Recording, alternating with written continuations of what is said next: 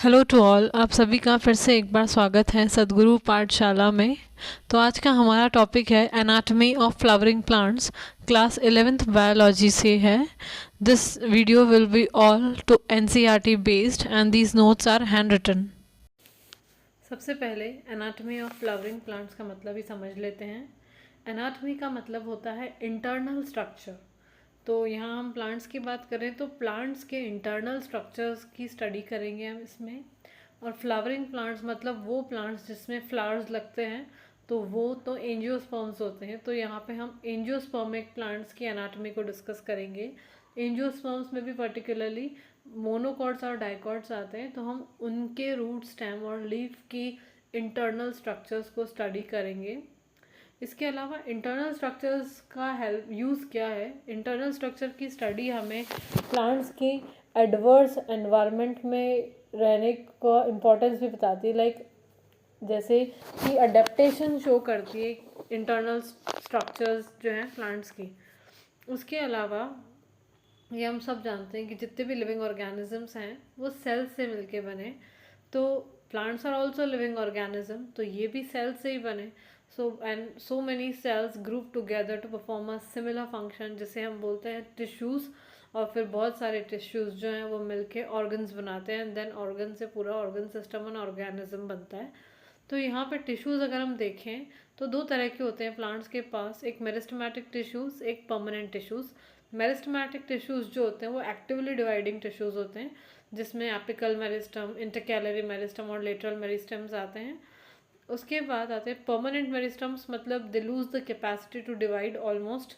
ठीक है, ये दो तरह से होते हैं, दो तरह के होते हैं, सिंपल परमानेंट टिश्यूज़ और complex permanent tissues. Simple permanent tissues जो है वो एक ही टाइप के सेल्स के बने होते हैं, जैसे पेरेन्काइमा, कोलेनकाइमा और स्क्लेरेन्काइमा है।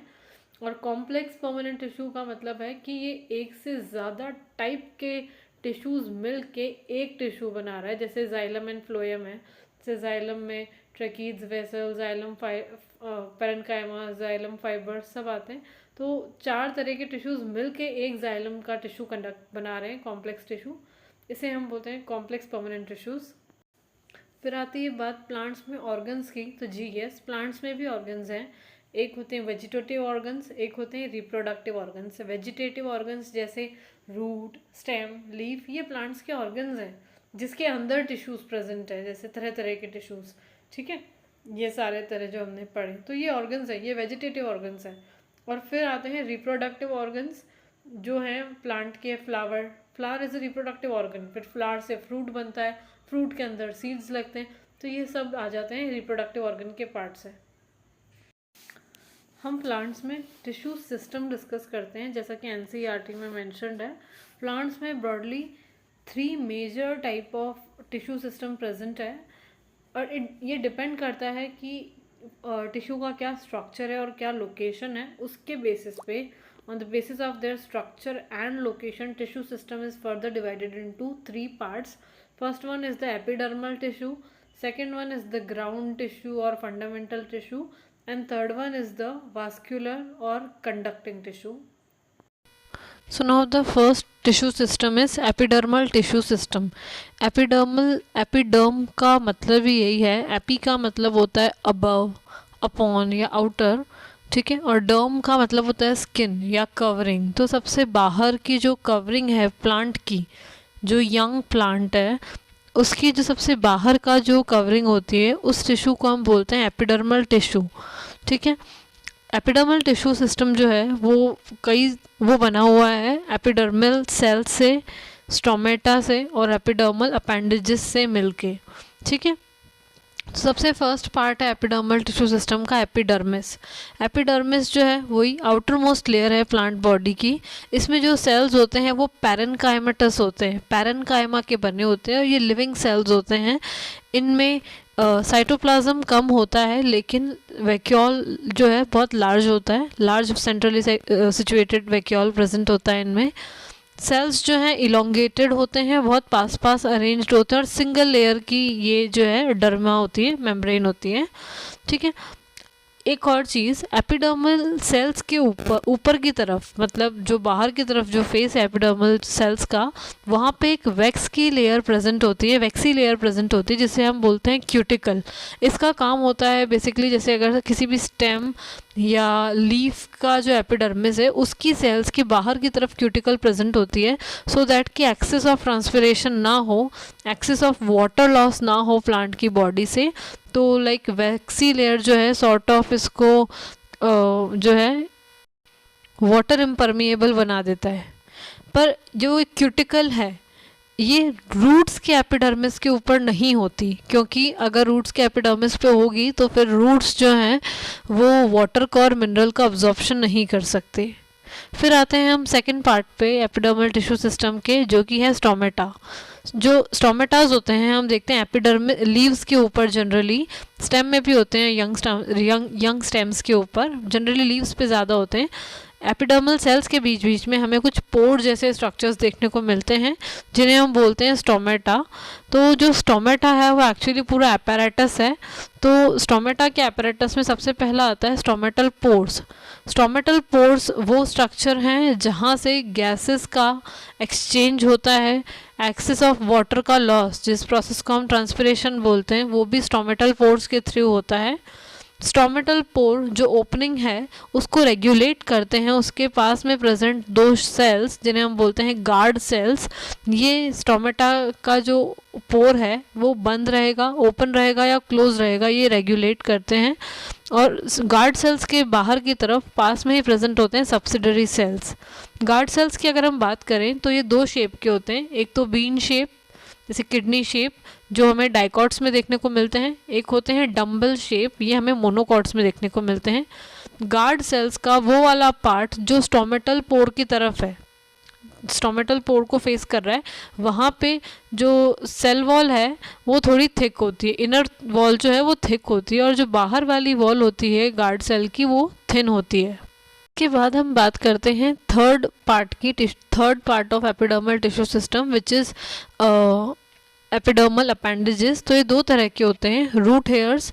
अगर रूट पे हैं तो एपिडर्मल सेल्स जो होते हैं उनमें से जो सेल्स हैं एपिडर्मिस के वो ऊपर की तरफ, आगे की तरफ और एक्सटेंड हो जाते हैं और बना लेते हैं रूट हेयर्स। रूट में प्रेजेंट होते हैं ये unicellular elongation of epidermal cells होती हैं।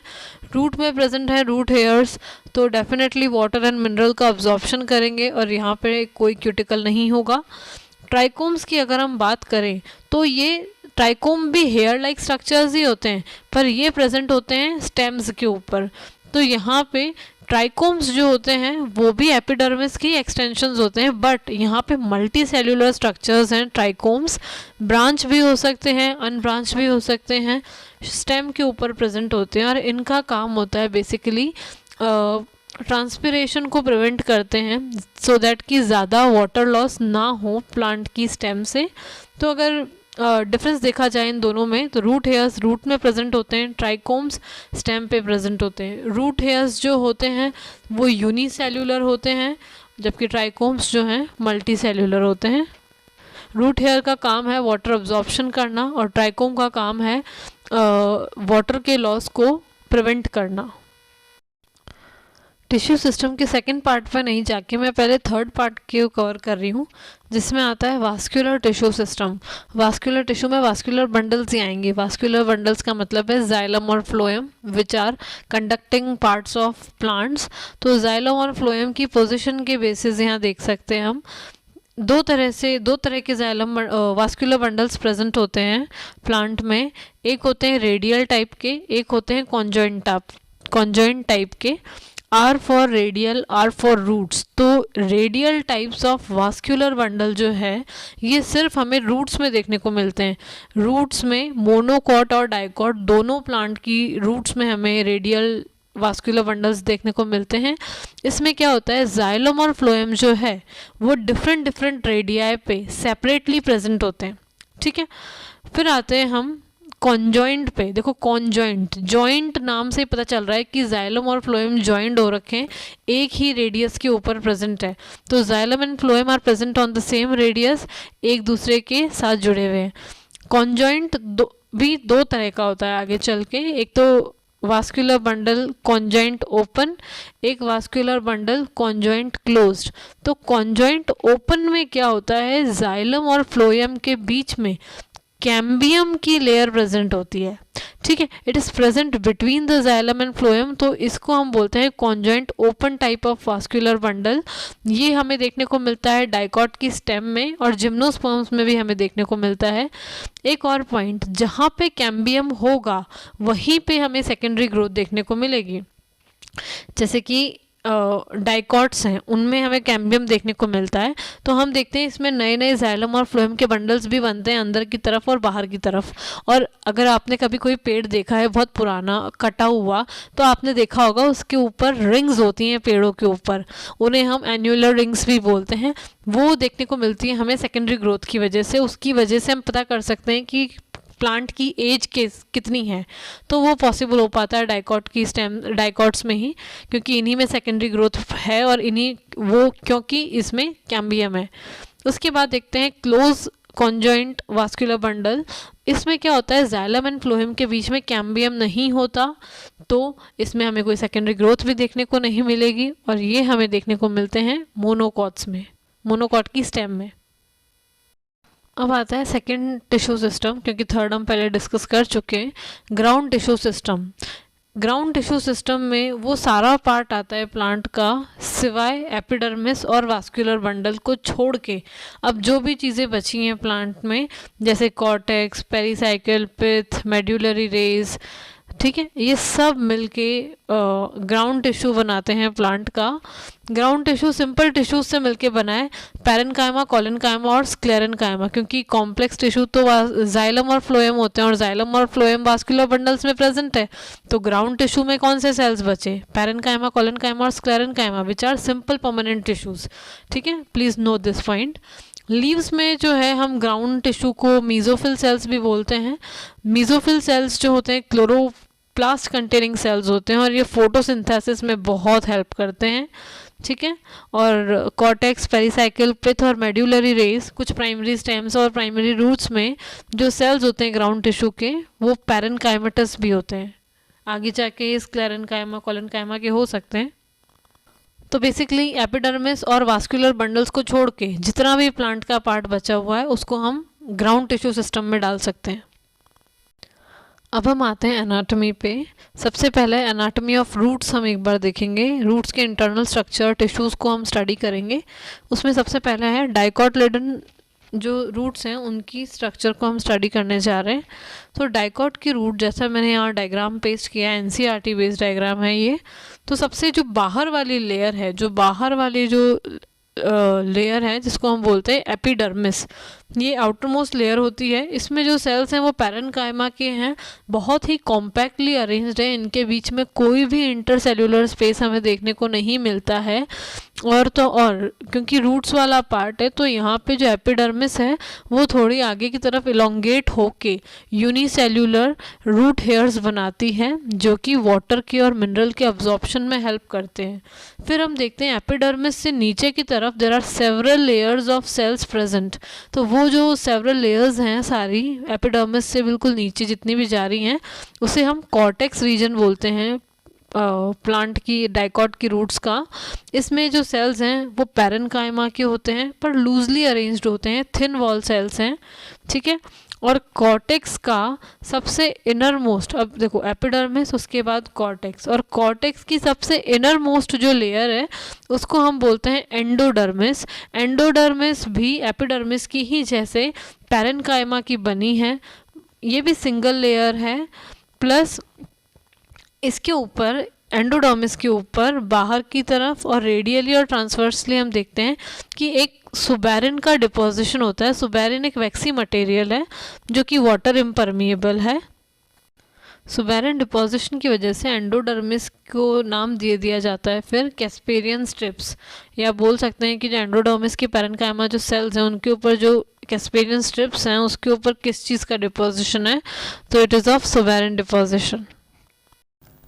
एंडोडर्मिस से अगर अब हम अंदर की तरफ जाएं तो हम देखते हैं there are few layers of thick walled parenchymata cells, जिन्हें हम बोलते हैं पेरीसाइकिल। एंडोडर्मिस के अंदर की तरफ 3-4 लेयर्स होती हैं, देयर आर फ्यू लेयर्स, जो कि पैरेनकाइमा सेल्स की बनी होती हैं। उनकी सेल जो होती है उसकी सेल वॉल थिक होती है। पेरीसाइकिल का काम है यहाँ पे लेटरल रूट्स को इनिशिएट करना डाइकोटिलेडन स्टेम्स में। साथ साथ में पेरीसाइकिल के कुछ सेल्स जो हैं आगे जाके वास्कुलर कैम्बियम में डिफरेंशिएट हो जाते हैं, सो दैट कि जो ये डाइकोट रूट्स हैं उसमें सेकेंडरी ग्रोथ देखने को मिले। उसके बाद आता है सबसे अंदर जो सेंट्रली लोकेटेड कुछ स्मॉल सेल्स हैं, उन्हें हम बोलते हैं पिथ। पिथ जो है डाइकोट स्टेम में बहुत कम देखने को मिलता है और शायद मिलता भी नहीं है। वास्कुलर बंडल्स की अगर हम बात करें डाइकोट स्टेम्स रूट्स में, तो हम देखते हैं 2 से 4 वास्कुलर बंडल्स देखने को मिलते हैं, जो कि रेडियली अरेंज्ड होते हैं। मतलब डिफरेंट रेडियस पे जाइलम और फ्लोएम प्रेजेंट है। मतलब एक रेडियस पे या तो जाइलम है या फिर फ्लोएम है, कहने का मतलब ये। फिर आता है कंजंक्टिव टिश्यूज़ पे, तो ये कुछ पैरेनकाइमा के सेल्स होते हैं जो कि जाइलम और फ्लोएम के बीच में प्रेजेंट होते हैं ये। तो जाइलम फ्लोएम के बीच में जो भी सेल्स हैं पैरेनकाइमा के, उन्हें कंजंक्टिव टिश्यूज़ बोलते हैं।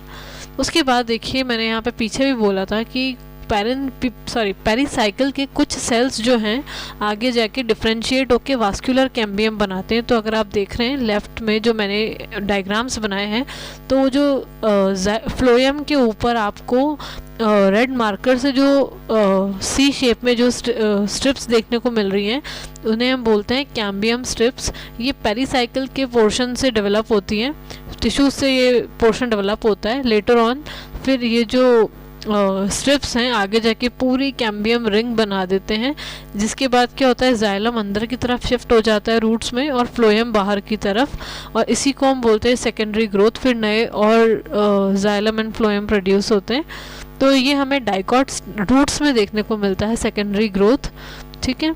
और जैसे आप देखते हैं कि कई सारे ऐसे प्लांट्स होते हैं डाइकोट प्लांट्स जिनकी रूट्स बहुत मोटी होती हैं, तो थिक रूट्स की वजह यही है कि उनमें सेकेंडरी ग्रोथ होती है।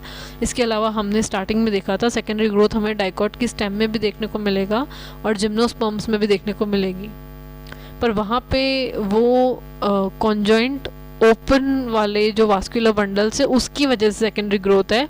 बट यहाँ पे पेरीसाइकिल का पोर्शन जो है वो वास्कुलर स्ट्रिप्स बना रहा है, वास्कुलर कैम्बियम बना रहा है, जिसके बाद वास्कुलर कैम्बियम रिंग बन रही है। फिर आता है स्टील वाला पार्ट। स्टील मतलब एंडोडर्मिस से अंदर की तरफ जितने भी टिश्यूज़ हैं वो सब स्टील में आ जाते हैं, फिर वो भले ही पेरीसाइकिल हो, वास्कुलर बंडल्स हो या पिथ हो। फिर हम बात करते हैं एनाटॉमी ऑफ मोनोकॉट रूट्स। तो अगर हम इन्हें देखें तो ये काफ़ी हद तक डाइकोट रूट से मिलते हैं, जैसे इनमें भी एपिडर्मिस होती है और फिर cortex region, endodermis, pericycle, vascular bundle, pith वगैरह सब है। पर जो मोनोकॉट स्टेम को डाइकोट स्टेम से अलग बनाता है वो ये है कि इनमें जो जाइलम के बंडल्स हैं वो 6 या 6 से ज़्यादा भी हो सकते हैं। इस कंडीशन को हम बोलते हैं पॉलीआर्क कंडीशन, जबकि हमने देखा डाइकोट रूट्स में ओनली 2 से 4 वास्कुलर बंडल्स ही प्रेजेंट होते हैं। डाइकोट स्टेम्स में तो रूट्स में तो पिथ जो था ऑलमोस्ट स्मॉल था या इनकंस्पिक्यूअस था, पर यहाँ पे जो सेंट्रली लोकेटेड पिथ है वो बहुत ज़्यादा है, लार्ज पिथ है। डाइकोट में हमने देखा कि वहाँ सेकेंडरी ग्रोथ प्रेजेंट थी ड्यू टू वास्कुलर कैम्बियम, जो कि पेरीसाइकिल से ओरिजिनेट हो रहा था, पर यहाँ पे उस तरह की कोई भी सेकेंडरी ग्रोथ देखने को नहीं मिलती। सो ये सब बात है डाइकोट और मोनोकॉट रूट की। Now let's discuss anatomy of stem. Stem के इंटरनल स्ट्रक्चर को डिस्कस करते हैं।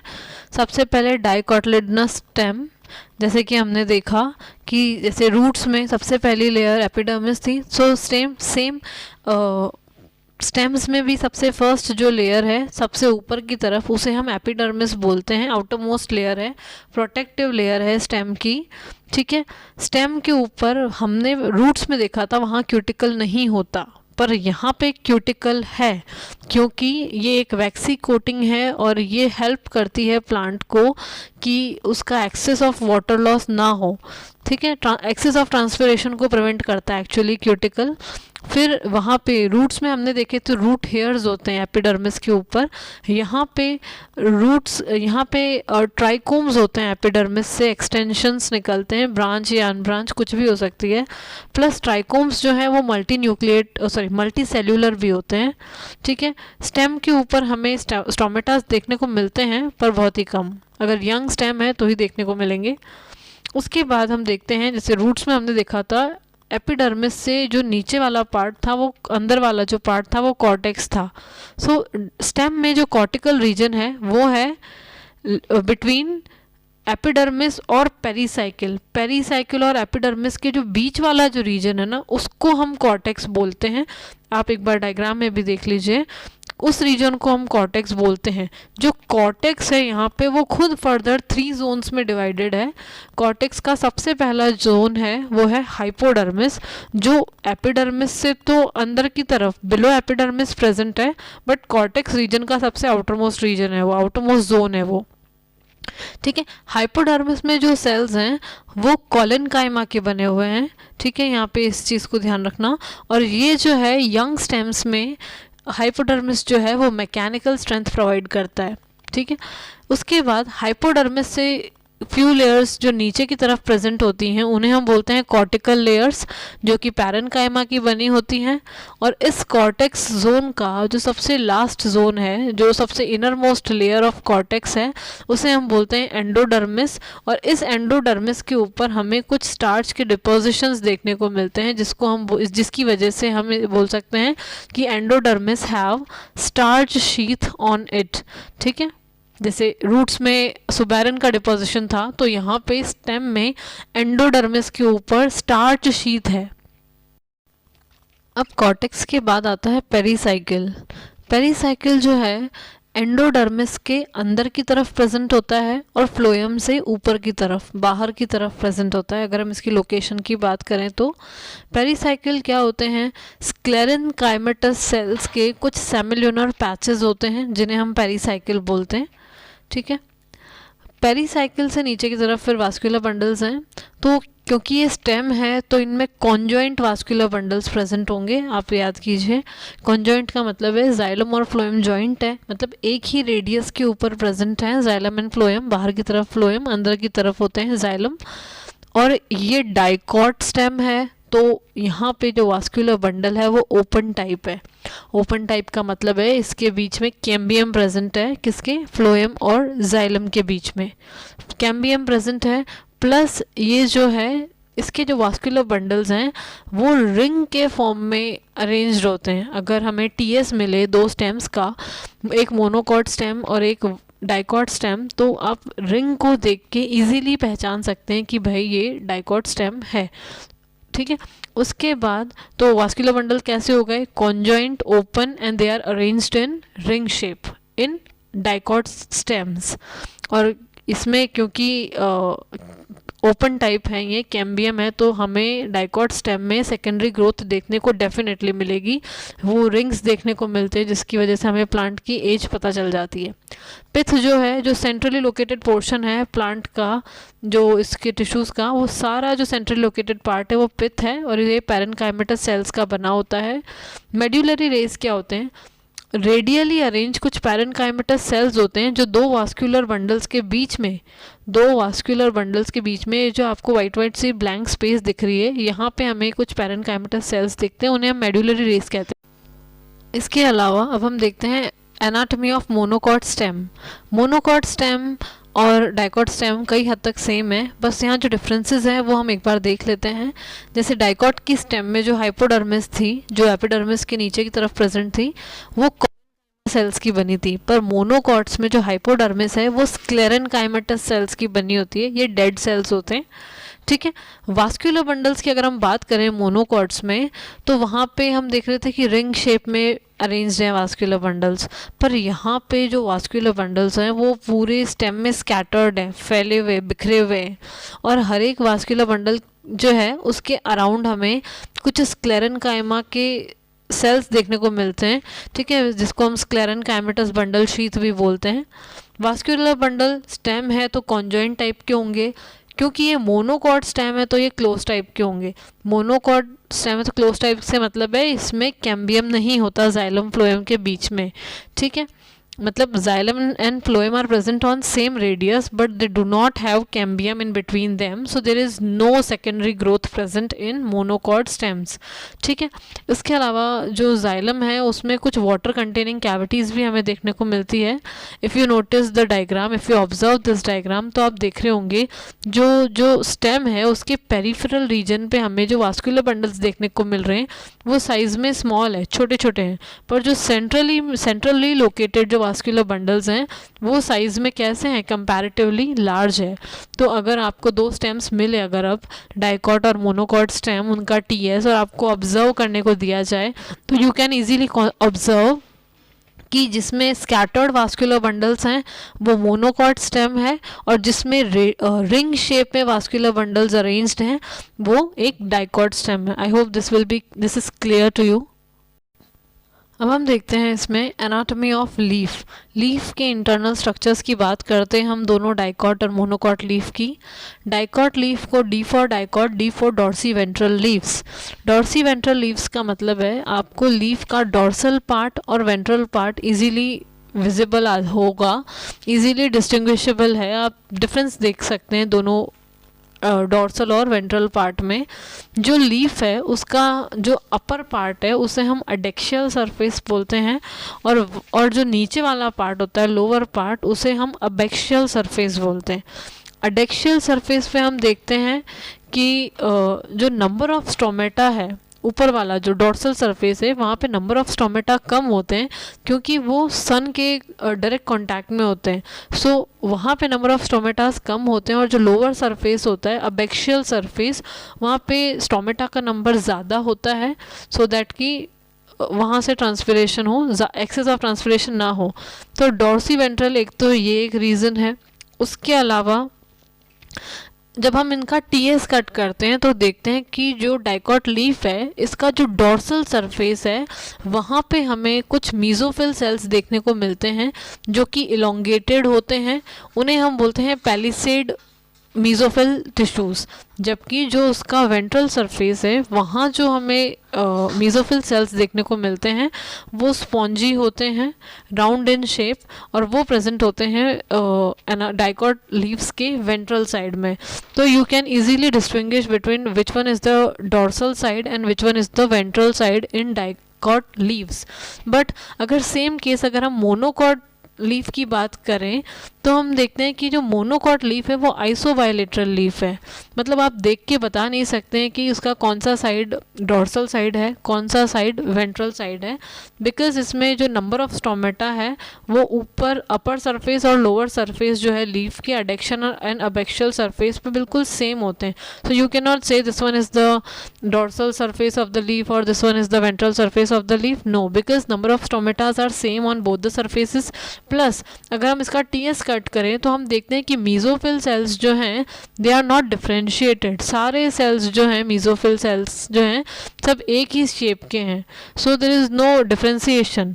सो इसके अलावा इस वजह से भी हम इसको आइसोबायलेटरल लीफ कहते हैं। इसके अलावा जो कॉमन डिफरेंसेस और हैं कि डाइकॉट लीफ में रेटिकुलेट वेनेशन होता है नेटवर्क जैसा, और मोनोकॉट लीव्स में पैरेलल वेनेशन होता है, ठीक है, पैरेलली जो है वेन्स अरेंज्ड होती हैं। उसके अलावा डाइकॉट लीव्स में बुलीफॉर्म सेल्स नहीं होते हैं जबकि मोनोकॉट लीव्स में बुलीफॉर्म सेल्स होते हैं, दे आर प्रेजेंट। तो आगे देखते हैं what are bulliform cells. Bulliform cells हमें मोनोकॉट लीव्स में देखने को मिलते हैं, ये इन्हीं का कैरेक्टरिस्टिक फीचर है। इनकी जो अपर एपिडर्मिस है उसमें हमें बुलीफॉर्म सेल्स देखने मिलेंगे। इससे क्या होता है, जैसे कुछ ग्रासेस हो गई या जो भी मोनोकॉट प्लांट्स हैं ये वाटर की अवेलेबिलिटी को शो करते हैं।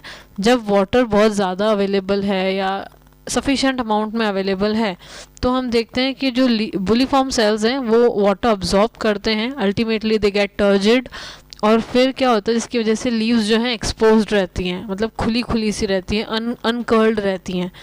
लेकिन जब वाटर की स्कैर्सिटी हो जाती है, जैसे काफ़ी टाइम तक, लंबे टाइम तक अगर पानी ना मिले इन ग्रासेस को, मोनोकॉट प्लांट्स को, तो क्या होता है, ये धीरे धीरे जो बुलिफॉर्म सेल्स है वो वाटर लूज़ करते हैं, जिसकी वजह से जो सेल्स हैं वो फ्लैसिड हो जाते हैं, और जो ये जो लीव्स हैं वो कर्ल हो जाती है अंदर की तरफ, एकदम मुरझाई जैसी मुरझा जाती हैं, ऐसा लगता है हमें। तो फिर जब आप वापस से पानी डालेंगे तो फिर ये वापस से अनकर्ल हो जाएंगी।